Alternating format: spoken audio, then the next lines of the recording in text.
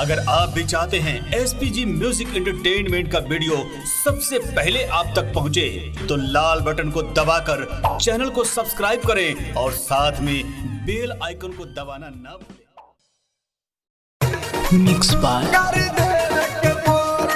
सनी दिलीप।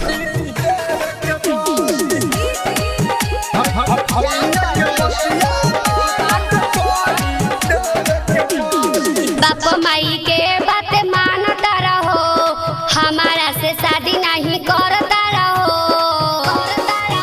ई सुना ना, बाप माई के बात मानता रहो, हमारा से शादी नहीं करता रहो। पहिला प्यार तोहर से कहीं मानता नहीं तो के जाने हो। जब तोरा दिल के लेवे के रहे तमा से प्यार काहे कइला बोला। तो गाड़ी बढ़ाए पैसा तोहर बाबूजी दी। माई के बतिया मान के पारी, बाबू से बता दो गाड़ी देवे के पारी। हम गरीब बानी। भैया के बतिया मान के पारी, बाबू से बता दो गाड़ी देवे के पारी।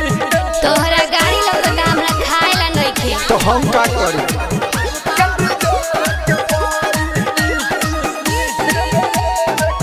Goswami digital recording studio Sheohar. तू ही बारा जान जिंदगी, तू ही बारा प्राण हो।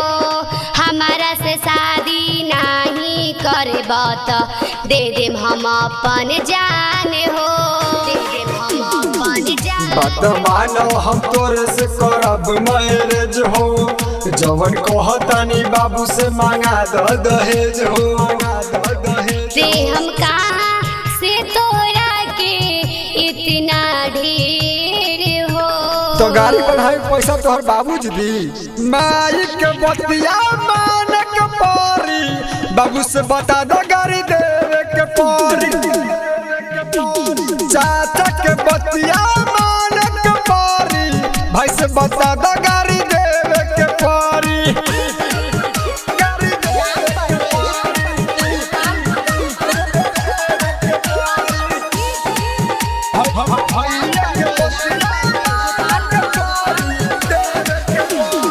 जब तोहरा तिलक के शौक रहे, काहे कैला प्यार हो। प्रीत के रीत नहीं निभैला, कैला काहे तकरार हो।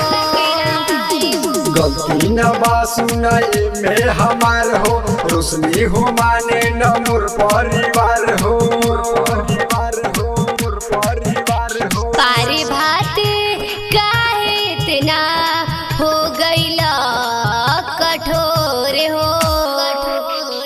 माई के बतिया मान के पारी, बाबू से बता दो गाड़ी देवे के पारी।